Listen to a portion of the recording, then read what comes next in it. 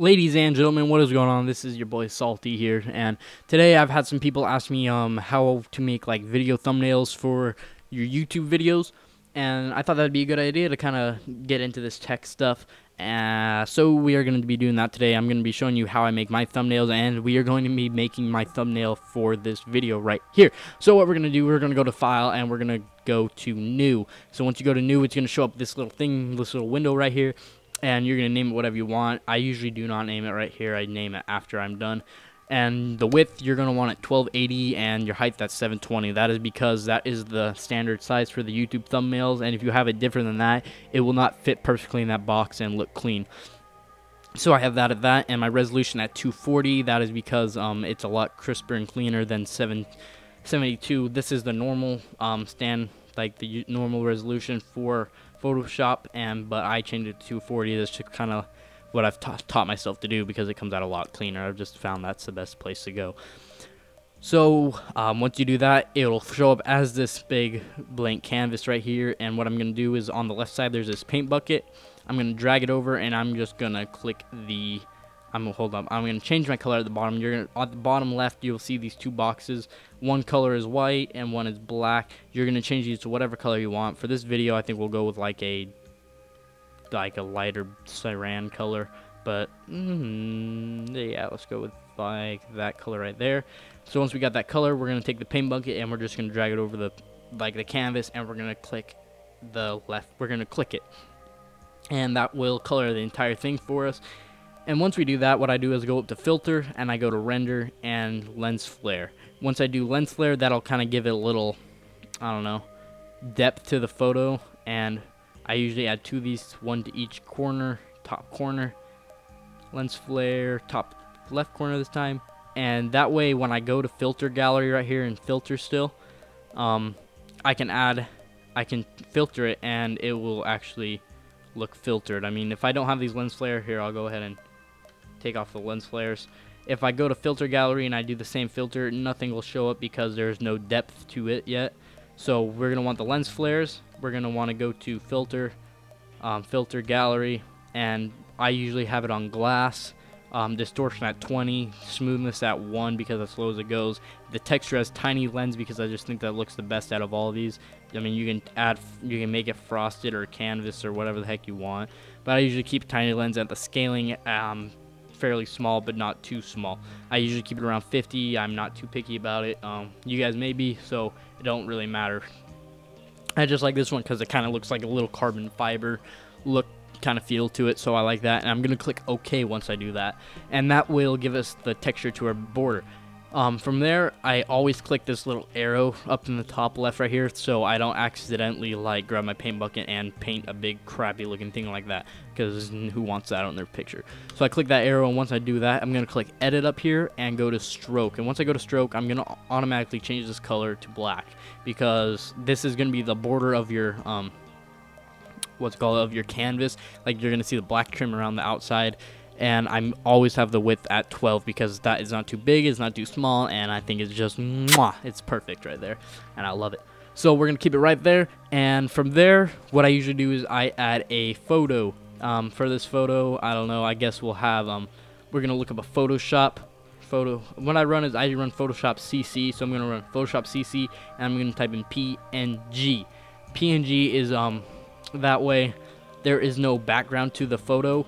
Like, if you can see behind the Photoshop thing right here, there is the little, there's the little checkered boxes for the transparency, and we're gonna click Save Image As, and I always have a folder designated for the photos I use in my thumbnail, so I'm gonna save it in that folder and go back to Photoshop, and we're gonna add that photo to my thing. We're gonna click place here. Let me go back so you can see I kind of went through that quick. We're gonna go to File, gonna go to Place Embedded, and we're gonna just find that folder that has our things in it right here, and we're gonna find our photo we're looking for. So it's right there, and we're gonna just go ahead and downsize that. Hold Shift on your keyboard and grab the corner and drag it down, and we're gonna drag it to wherever the heck we want. So I'm gonna do that, and once I do that, I'm gonna grab my eraser and click it, and once I click it, it'll say this is a smart object, so I'm going to click OK so I can actually edit it, and I'm going to drag around the edges just to kind of make it look kind of faded into the background, which I think looks pretty cool. So once we do that, I'm going to make sure I get all the edges so it's not sharp on any of them, and I'm going to drag it around till I get it. I'm not really liking that though, so I'm just going to go back to the original Photoshop maybe. Well, original, I think my, no. Alright, so we're going to, I guess we're going to just leave it right there. Took a little too much off right there though. Nope, I don't like that. So we're going to go back to the original, and I'm going to go ahead and, okay, so if you do not want to add, like, erase anything off of it and you want to add a stroke to it, you're going to have to right click it up right here in the layers, and you're going to want to right click and go to rasterize this layer. That way you can directly edit it, and I'm going to add a stroke to it of 2. I always just add 2 to my photos because it's not too thick, not too thin, like I say, and it just kind of looks nice. So once I got that, I'm gonna kind of just move it around where I want. I don't know, I'll probably just have it on left. I'm gonna add a grid. To add a grid, you hold Control and the like apostrophe, I think it is, and that'll add a grid so you can kind of align it where you want it, make it look nice and sharp and clean inside your image, like that. And I'm gonna leave it right there. Actually, I'm gonna click Control T. I'm gonna click Control and I'm gonna click T on my keyboard, and that way, and I can use my arrows to finely tune where this thumbnail goes. So if you just click like left, right, down, up, it'll finally tune it to where you want to go, and I'm going to try to get it right about there. I think that looks good, so I'm going to leave it right there, and that looks beautiful. So after I'm done that, I'm going to add the text to my thing. So I'm going to click the text icon, and I'm going to just type whatever I want.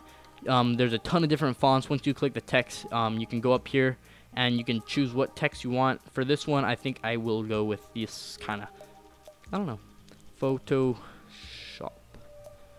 CC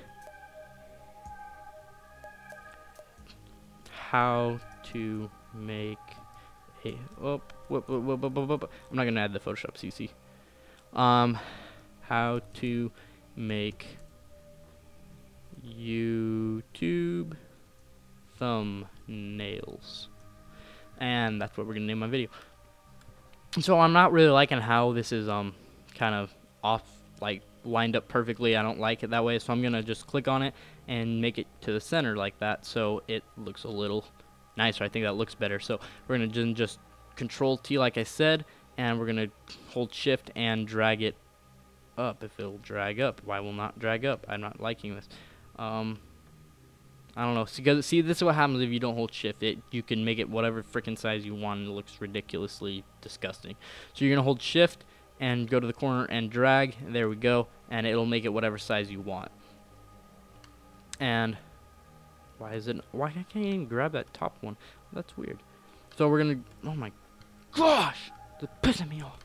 So we're gonna grab one of the corners, and we're gonna click and drag to make it the size I want. I'm gonna add that right down the bottom. And for a lot of my thumbnails, I do have like a effect to my text, and to get that effect, you're gonna right click your text over in the layers panel, and you're gonna go to blending options. And when you go to blending options, I usually do bevel and contour, and I don't mess with the settings on those, and I go to stroke. I add stroke to my videos because it just makes it look thicker, bolder, if you guys can't tell.